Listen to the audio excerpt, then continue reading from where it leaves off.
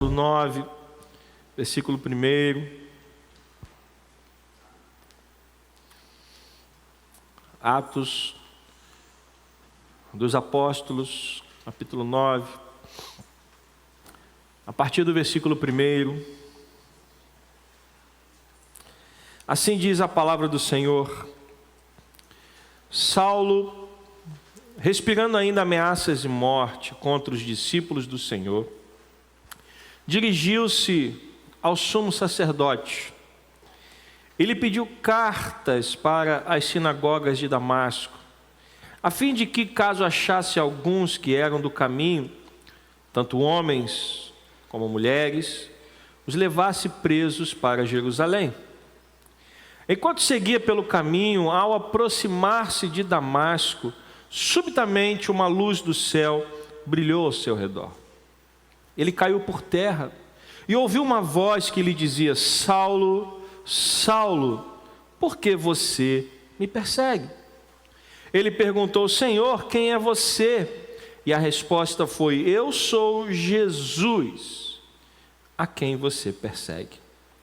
Mas levante-se e entre na cidade, onde lhe dirão o que deve fazer. Os homens que viajavam com Saulo pararam emudecidos, ouvindo a voz, mas não vendo ninguém. Então Saulo se levantou do chão e, abrindo os olhos, nada podia ver. E guiando-o pela mão, levaram-no para Damasco. Esteve 3 dias sem ver, durante os quais nada comeu, nem bebeu. Havia em Damasco um discípulo chamado Ananias. O Senhor lhe apareceu numa visão e disse: Ananias, ao que ele respondeu: eis-me aqui, Senhor. Então o Senhor lhe disse: levante-se e vá à rua que se chama Direita, e na casa de Judas procure um homem de Tarso chamado Saulo. Ele está orando. E numa visão viu entrar um homem chamado Ananias e impor-lhe as mãos para que recuperasse a vista. Ananias, porém, respondeu: Senhor, de muitos tenho ouvido a respeito desse homem. Quanto mal tem feito aos teus santos em Jerusalém. E aqui em Damasco, ele tem autorização dos principais sacerdotes para prender todos os que invocam o teu nome. Mas o Senhor disse a Ananias: vá, porque este é para mim um instrumento escolhido para levar o meu nome diante dos gentios e reis, bem como diante dos filhos de Israel. Pois eu mesmo vou mostrar a ele quanto deve sofrer pelo meu nome. Então Ananias foi e, entrando na casa, impôs as mãos sobre Saulo, dizendo: Saulo, irmão, o Senhor Jesus, que apareceu a você no caminho para cá, me enviou para que você volte a ver e fique cheio do Espírito Santo.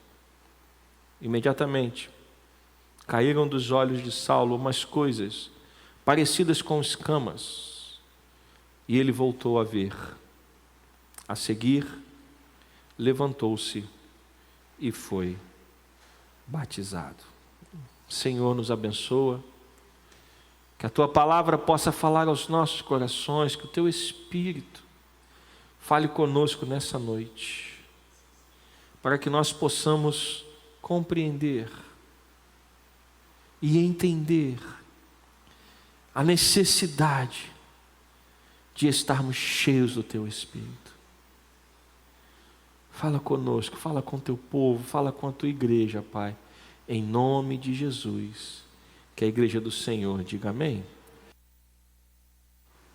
Perdão. Nós estamos falando sobre os resultados de uma vida cheia do Espírito Santo. Falamos sobre o fruto do Espírito, falamos sobre os 7 papéis do Espírito Santo e nos últimos meses estamos falando sobre os resultados. Quais são os resultados? O que acontece na vida de uma pessoa quando ela é visitada pelo Espírito Santo de Deus. E hoje vamos falar de um nome muito conhecido no meio evangélico, conhecido como o grande apóstolo Paulo. E é interessante este jogo de palavras, porque ele é conhecido como o grande apóstolo Paulo, mas Paulo significa pequeno. Então, foi um grande homem de Deus, mas desde que Deus trocou o seu nome, ele entendeu que diante de Deus ele era pequeno. Diante de Deus, nós somos pequenos. Aqui Paulo ainda era chamado pelo seu nome original, Saulo de Tarso. E não é que o nome dele era Saulo de Tarso, ele era Saulo da cidade de Tarso. Por isso que ele era chamado. Tarso não era o sobrenome dele, Tarso era o nome da cidade dele. Então Saulo, ele era um homem, eu sou suspeito para falar porque eu gosto muito da história do apóstolo Paulo. Paulo era um homem fascinante, porque nessa época, quando ele era conhecido como Saulo da cidade de Tarso, na verdade ele era um homem importante. Saulo não era um homem qualquer. Saulo era um fariseu. Saulo era um mestre da lei. Saulo, ele era um homem que foi ensinado por uma das mentes mais brilhantes da sua época, que foi um homem chamado Gamaliel. Gamaliel era um homem conhecido pela sua sabedoria, pela sua serenidade, conhecido pela sua capacidade de ensino. E Saulo foi discípulo desse homem. Paulo era um homem muito instruído. Paulo, ele tinha cidadania romana. Paulo era um homem que tinha posses, a sua família tinha posses. Saulo não era um homem qualquer. Saulo era um homem convicto da sua fé. Quando ele vai falar de si, numa de suas cartas, ele diz: eu sou judeu de judeus. Ou seja, se fôssemos usar uma palavra da nossa época, é judeu raiz. Hoje está muito na moda esse negócio de raiz, né? É judeu raiz, ou carioca da gema, não é assim que a gente fala? Saulo era judeu. Mas Saulo era um homem que estava olhando para o lugar errado. Porque Saulo, ele começa a perseguir os cristãos para defender a fé judaica. Saulo, assim como os outros mestres da lei, eles acreditavam que aquela religião que estava sendo pregada, ela era prejudicial ao judaísmo. Ele começa a perseguir os cristãos, que na época ainda não eram chamados de cristãos, eles eram chamados como as pessoas do caminho, né? Como está aqui no versículo 2. No versículo 2 está escrito que ele foi achar alguns que eram do caminho, era assim que eles eram conhecidos na época. Então Saulo, ele acreditava que ele estava fazendo a obra de Deus. Saulo acreditava que estava defendendo a fé judaica. Mas na verdade, Paulo estava lutando contra a vontade de Deus, porque essas pessoas que estavam pregando o Evangelho, que estavam falando de Jesus, estavam falando de Cristo, elas estavam fazendo a vontade de Deus, e Saulo ainda não sabia. E Saulo começou a perseguir os cristãos em Jerusalém. No capítulo anterior, a gente tem o episódio da morte de Estevão, que era um diácono que foi ordenado pela igreja, e Estevão foi apedrejado, e Paulo estava lá. A partir do episódio de Estevão, Paulo começa a perseguir os cristãos de Jerusalém, e com essa pressão do Império Romano e da perseguição dos fariseus, os cristãos começam a se espalhar. E quando Saulo já não tinha mais quem prender em Jerusalém, o que Saulo faz? Versículo 1. Paulo estava ainda furioso. Aqui diz que ele estava respirando o quê? O que é respirar ameaças e morte? Saulo estava furioso, porque ele não aceitava que aquelas pessoas começassem a pregar esta nova seita que iria corromper o judaísmo. Então ele estava furioso com essas pessoas. Então ele vai até o sumo sacerdote e consegue com ele, versículo 2, cartas de autorização, onde ele poderia apresentar lá nas sinagogas de Damasco.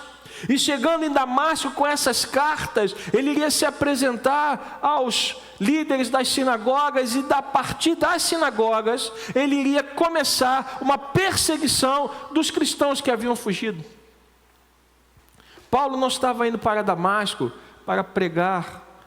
Saulo não estava indo para Damasco para fazer amigos. Saulo estava indo para Damasco prender pessoas.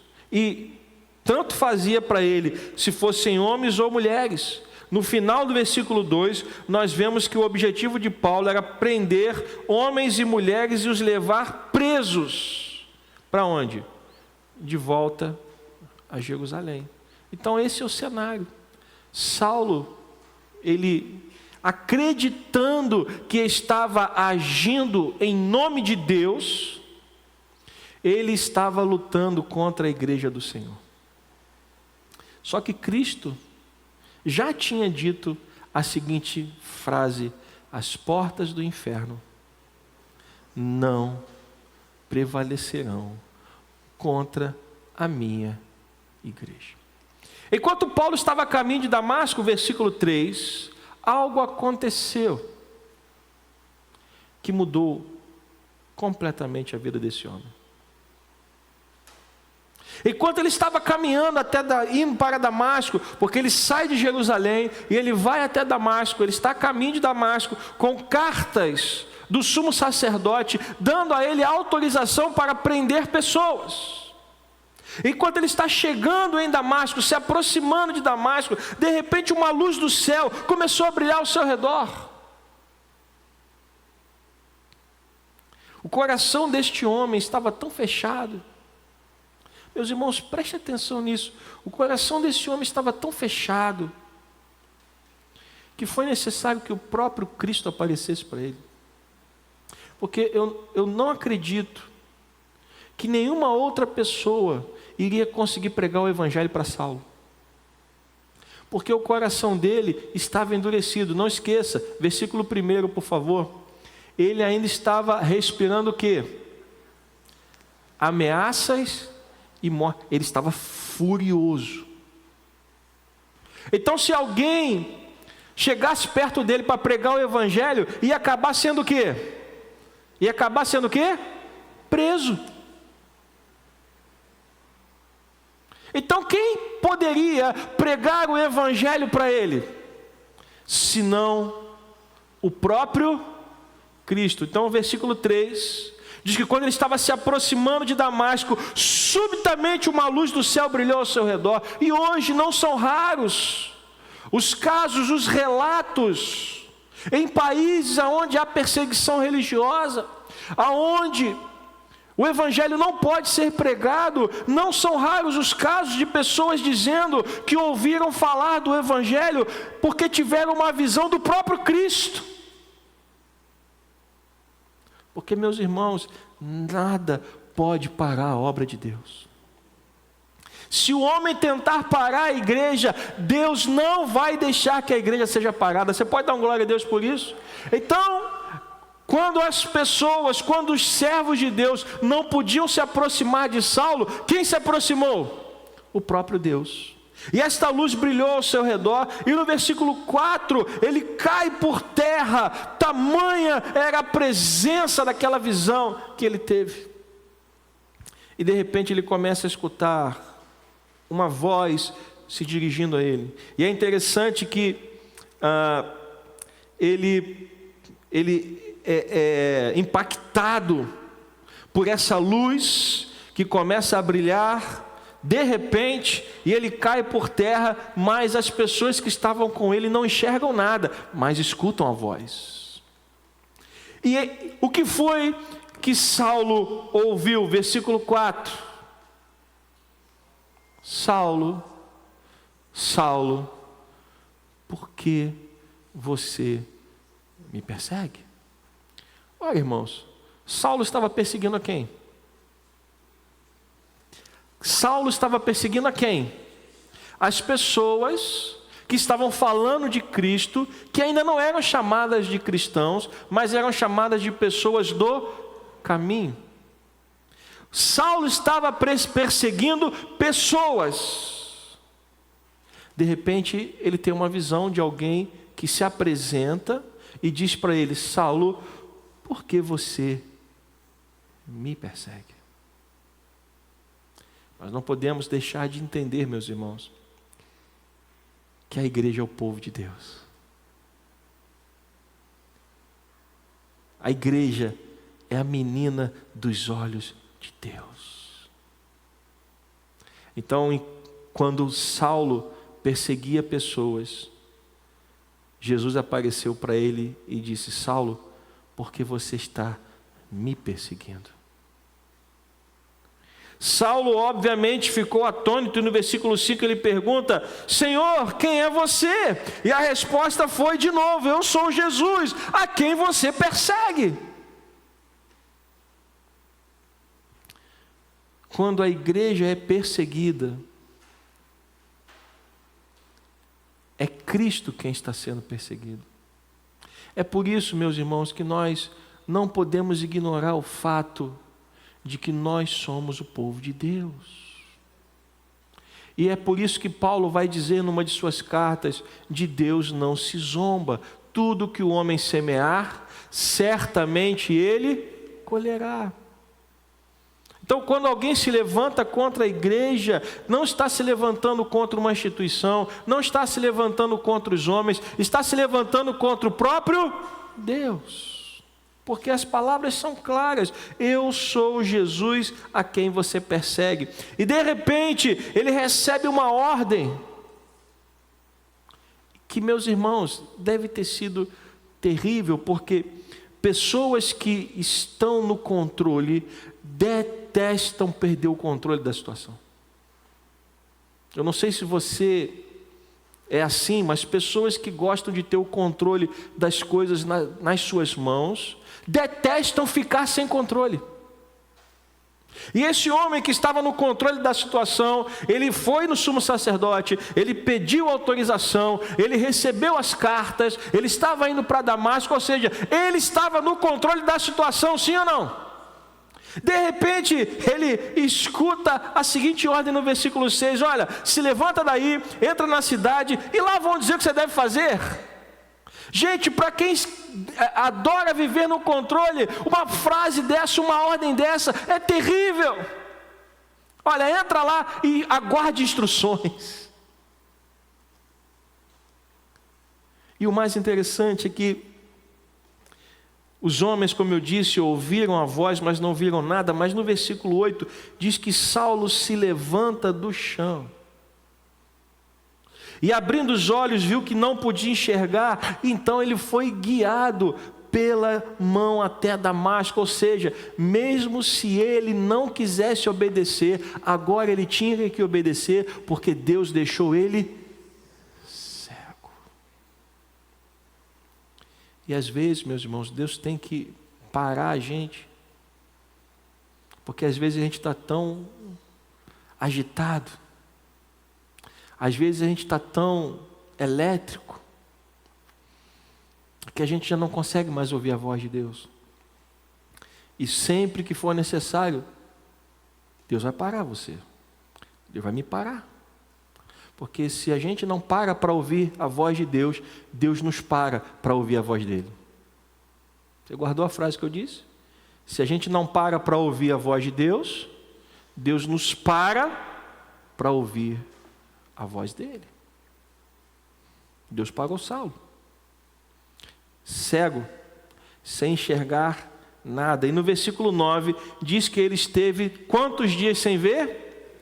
Gente, esse homem estava no controle da situação. Ele era um fariseu, ele era um mestre da lei, era um homem culto. Ele tinha autorização para fazer e acontecer em Damasco. Ele vai para Damasco certo que ele ia conseguir muita coisa lá. Eu vou arrebentar agora. é aquela coisa da expectativa e da realidade, né? Expectativa, chegar em Damasco e prender todo mundo. Realidade, fiquei cego em Damasco. Esse homem vai para a casa de um homem chamado Judas, e lá ele fica 3 dias sem comer e sem beber, cego, porque Deus o parou. Nesse meio tempo, versículo 10, e a história de Saulo é fantástica. Deus então vai visitar um servo seu, chamado Ananias.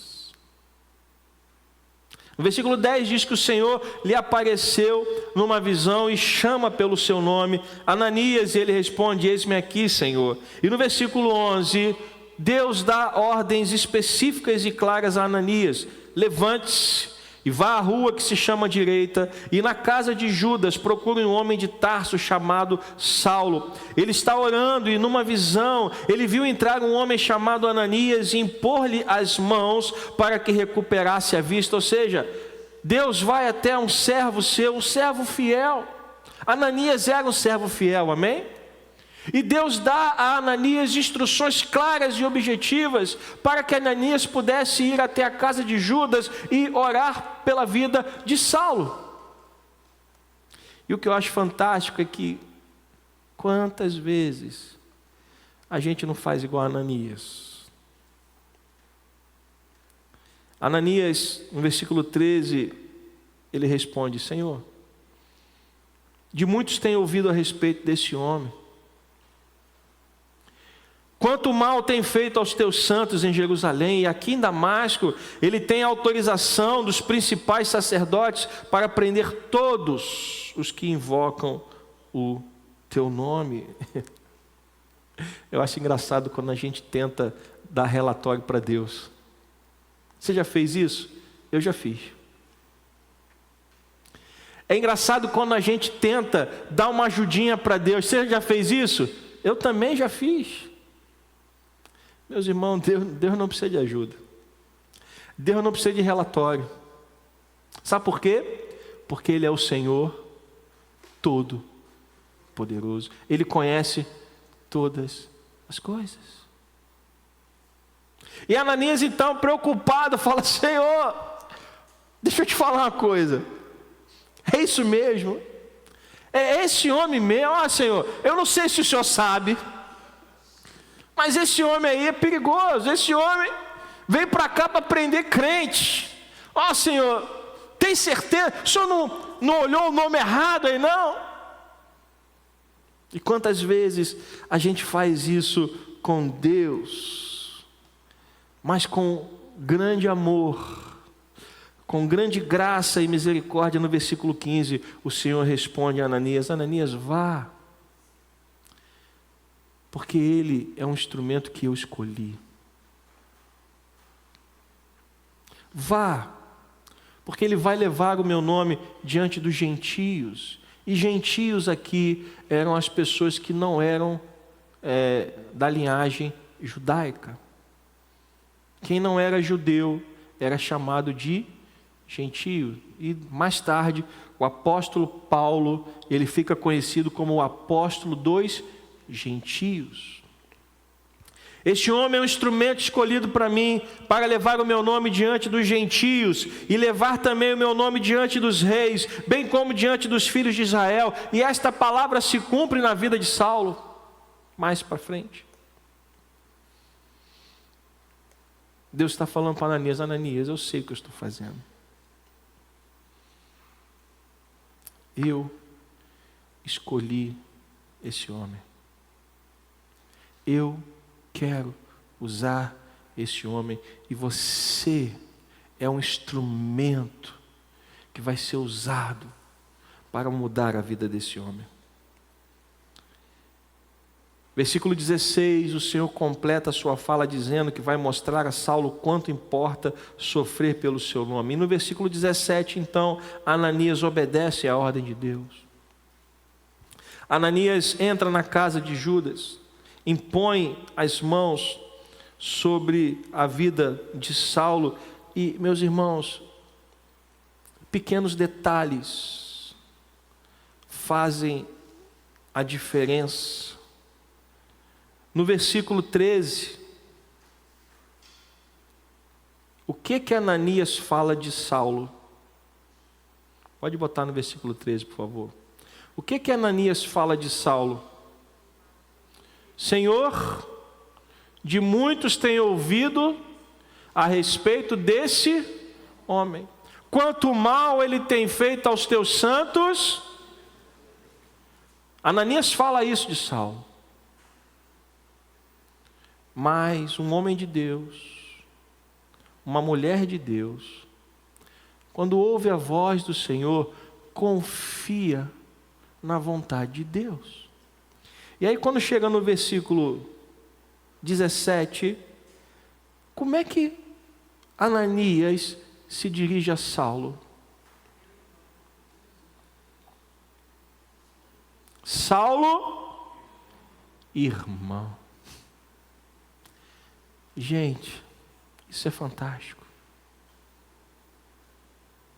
Ananias olha para aquele homem de quem há pouco ele tinha dito que era um perseguidor, que era um homem mau, que estava ali para prender cristãos, que ele estava questionando as ordens de Deus, dizendo: Senhor, o Senhor tem certeza que é realmente este homem? Mas quando Deus diz: Ananias, vá, porque ele é um instrumento escolhido, toda dúvida fica para trás, toda dúvida fica para trás, a incredulidade não existe mais. E quando Ananias entra na presença de Saulo, ele diz: Saulo, irmão, o Senhor me enviou.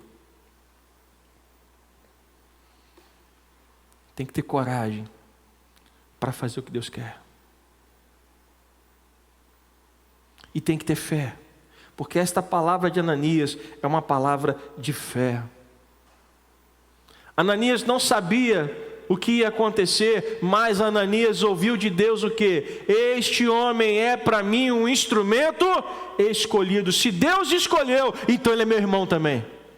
Você pode dizer amém? Se Ananias escutou que Saulo era um instrumento escolhido, então Ananias disse: se Deus escolheu esse homem, ele é meu irmão. Saulo, irmão, o Senhor Jesus que apareceu a você no caminho para cá, me enviou para que você volte a ver. Agora preste atenção. Em nenhum momento da conversa entre Deus e Ananias você percebe isso. Mas aqui, no versículo 17, Ananias diz para ele: Saulo, irmão, o Senhor Jesus que apareceu a você no caminho para cá, me enviou para que você volte a ver. Mas foi só para isso.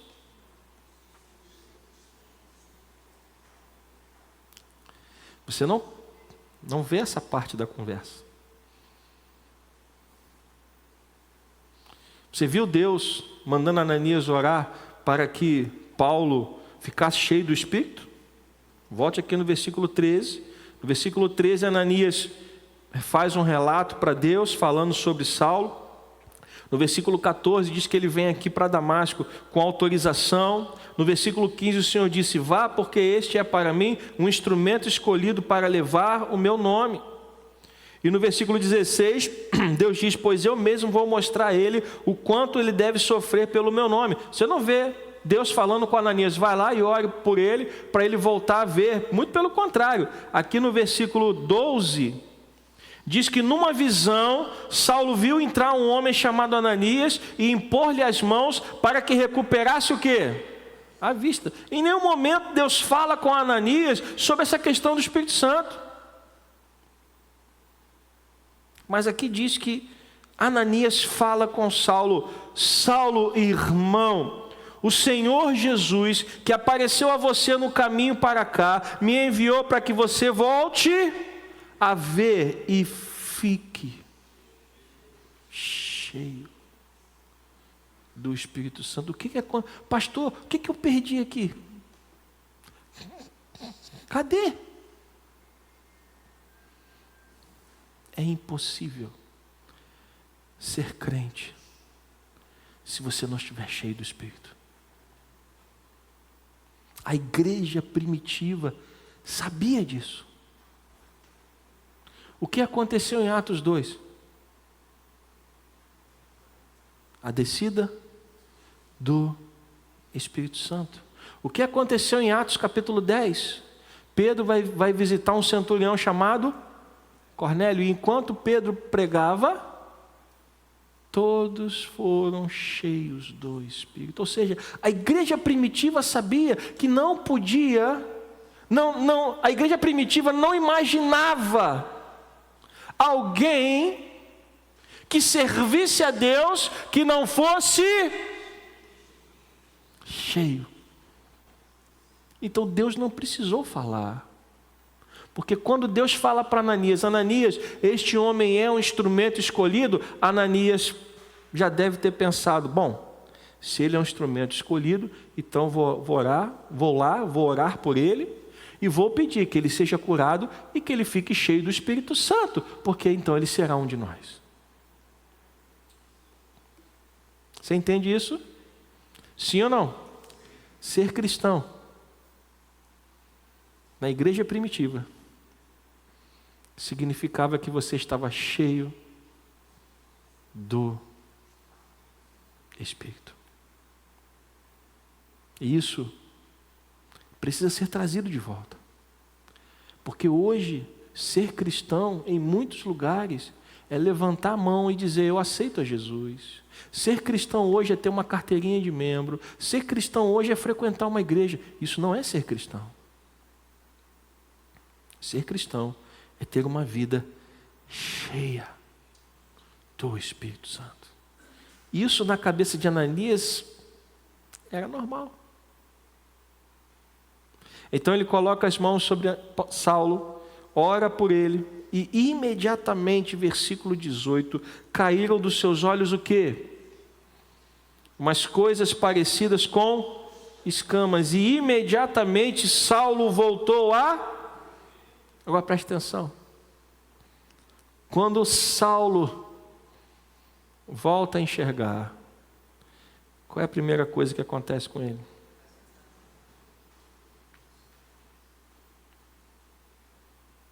Agora preste atenção no mais fascinante. Como começa o texto que nós lemos? Versículo 1. Saulo, respirando ainda ameaças de morte contra os discípulos do Senhor, dirigiu-se ao sumo sacerdote, versículo 2, e lhe pediu cartas para as sinagogas de Damasco, a fim de que, caso achasse alguns que eram do caminho, tanto homens como mulheres, os levasse presos para Jerusalém. É assim que o texto começa. Saulo, respirando ameaças de morte, pegando autorização para ir a Damasco e prender os cristãos. É assim que o texto começa. Mas como o texto termina? A seguir, levantou-se e foi batizado. O que aconteceu, gente? O homem que estava respirando ameaças de morte, um homem que estava furioso atrás de cristãos, agora ele foi batizado. O que mudou? Deus entrou na vida desse homem.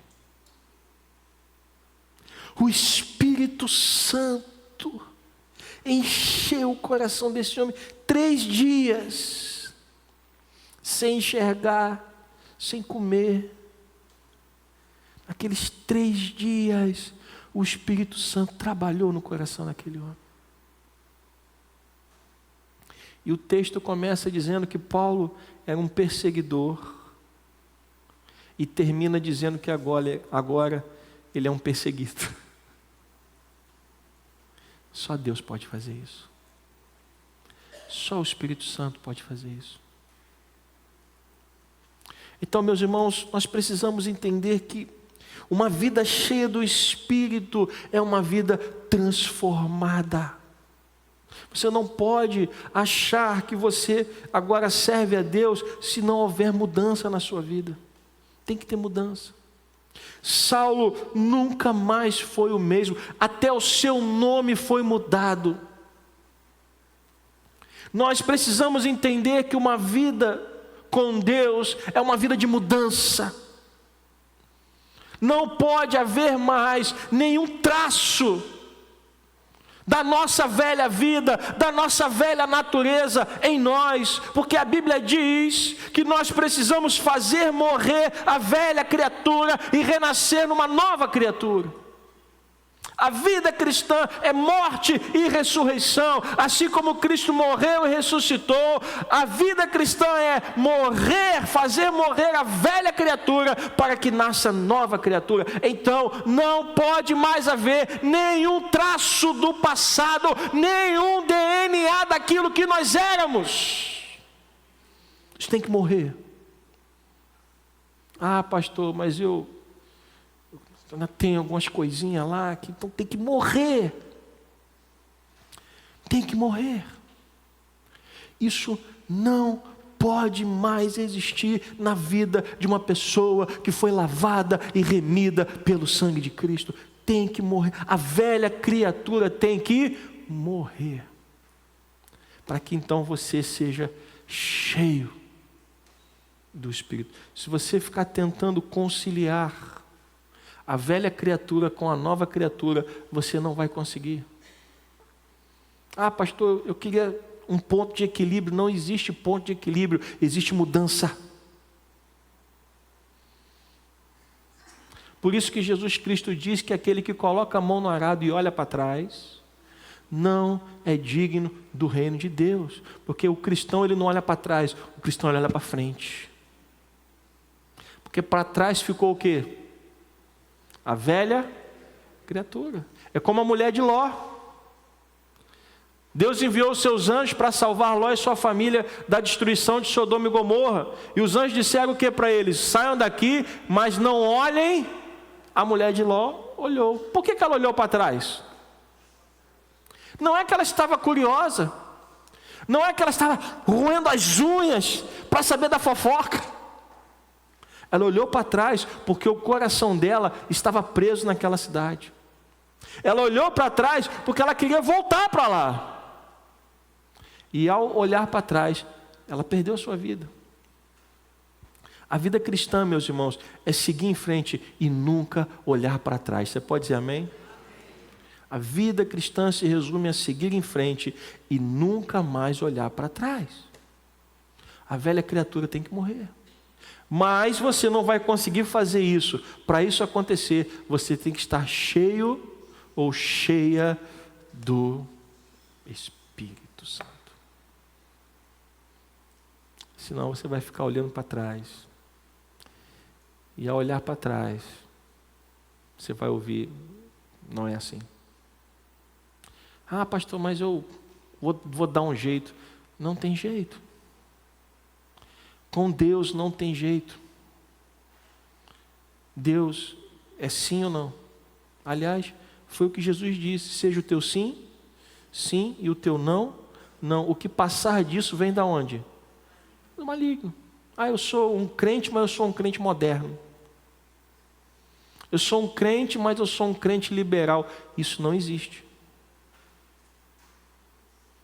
Ou é sim, ou é não. Ou você é crente, ou você não é. Ou você é frio, ou você é quente. Morno não serve. Nosso Deus não é um Deus de meio termos. Meio termo na Bíblia não existe. Nunca li. Nunca li na Bíblia meio termo. Ou é sim ou é não. Ou você crê ou você não crê. Ou você é salvo ou você não é salvo. É assim que a Bíblia fala. Essa é a linguagem do reino de Deus. O que eu faço? Se encha do Espírito. Busque a presença do Espírito. Para Ananias, isso era claro. Deus não precisou falar para Ananias, vai lá e ore para que Saulo seja cheio do Espírito. Não, Ananias pensou, se ele é um instrumento escolhido, então ele precisa do quê? Ser cheio do Espírito. E Ananias foi lá e orou para que ele fosse cheio do Espírito. E logo depois, esse homem foi batizado. Meu irmão, minha irmã, o que aconteceu na vida de Saulo pode acontecer na sua vida também. Mas para isso você precisa abrir o seu coração, porque o nosso Deus, Ele não força.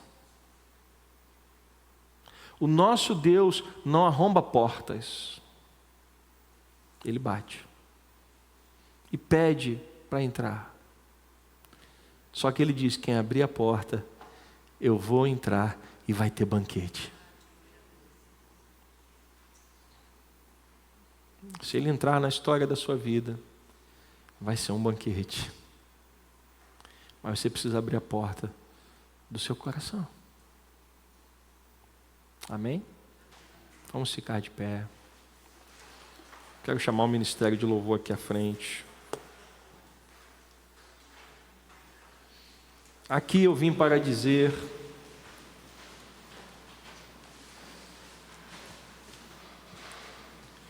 e posto o texto e pregada a palavra, eu quero dizer para você que se encher do Espírito é responsabilidade de cada um. Ninguém se enche do Espírito buscando as coisas desse mundo. Para se encher do Espírito, você precisa buscar as coisas lá do alto. Você precisa se aproximar de Deus. Ah, pastor, faz uma oração aí para eu ser cheio do Espírito. Não é assim que funciona. Ananias impôs as mãos sobre Saulo e pediu para que ele fosse cheio do Espírito. Mas a partir daquele momento, Saulo passou a buscar a presença de Deus. E nós temos orado por pessoas aqui, domingo após domingo, e vamos orar hoje também. Nós estamos fazendo isso, nós estamos orando e pedindo que Deus encha pessoas do seu Espírito, amém? Mas a manutenção do fogo é sua responsabilidade. Se a gente acender o fogo, mas você não alimentar o fogo, o que vai acontecer com o fogo? Vai se apagar.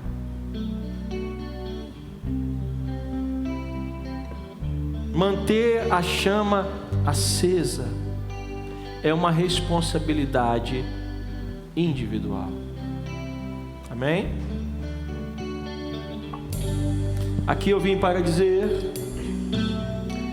aqui eu vim para dizer que eu quero mais, que eu quero mais te conhecer. A minha alma tem sede de ti. Ó Espírito Santo, estou. Diga, vem Espírito, vem Espírito de Deus, vem Espírito de Deus, o meu coração é o teu altar. Vem Espírito de Deus, vem Espírito de Deus, o meu coração é o teu altar. Aqui eu vim para dizer, aqui enquanto nós estamos cantando, eu quero fazer um convite a você. Saia do seu lugar, venha até o altar do Senhor, venha buscar a plenitude do Espírito Santo, venha dizer dizer: Senhor, eu preciso do Teu Espírito, eu preciso dessa mudança, eu preciso dessa transformação. Saia do seu lugar, vença este duelo que está sendo travado aí dentro de você, esta luta interior que está dizendo: vou, não vou, vou, não vou. Saia do seu lugar, venha, rasgue o seu coração diante da presença de Deus. Diga: Senhor, Saulo foi transformado, eu também quero ser transformado pela Tua presença, eu também quero ser transformado pelo Teu Espírito. Eu quero, eu preciso, eu necessito dessa mudança na minha vida. Eu não quero mais ser a pessoa que eu era, eu não quero mais andar como eu andava, eu não quero mais viver conforme a velha criatura, eu não quero mais fazer as coisas que eu fazia, eu não quero mais. Aleluia.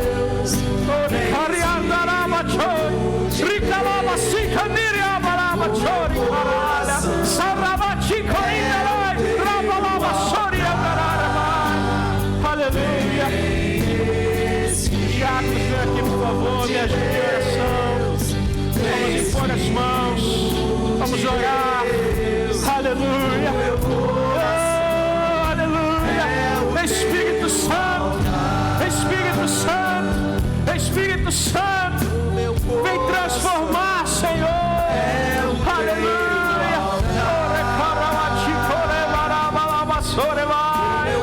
Aleluia. Glória a Deus. Oh, aleluia. Vamos continuar só os instrumentos. Só os instrumentos agora. Aleluia. Tem gente ainda presa no banco. Tem gente ainda dizendo: eu vou, não vou. Venha. Porque você não está atendendo o chamado do pastor. Você não está atendendo o chamado da igreja, mas você está atendendo o chamado de Cristo. Um chamado para a mudança, um chamado para uma nova vida. Então não perca essa oportunidade. Venha deixar no altar a velha criatura. Venha deixar no altar aquilo que tem levado você para longe da presença do Senhor. E venha se encher do Espírito Santo de Deus. Pai amado, abençoa, meu Pai, abençoa o Teu povo, enchendo do Teu Espírito.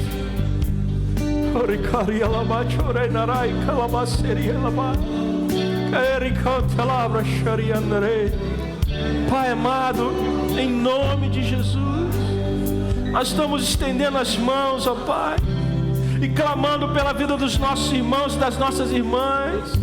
Venha operar esta mudança, meu Pai. Vem transformar essas vidas, ó Deus. Só o Senhor pode fazer essa mudança. Só o Senhor pode entrar lá no nosso íntimo e mudar a nossa mente e o nosso coração. Só o Senhor pode fazer isso, Pai. Espírito Santo, Espírito Santo, muda, transforma, renova, cura, em nome de Jesus. Pai Santo, nós oramos, intercedemos pelos nossos irmãos, pelas nossas irmãs. Nós te pedimos, ó Pai, que eles sejam cheios, cheios, cheias, cheias do Teu Espírito.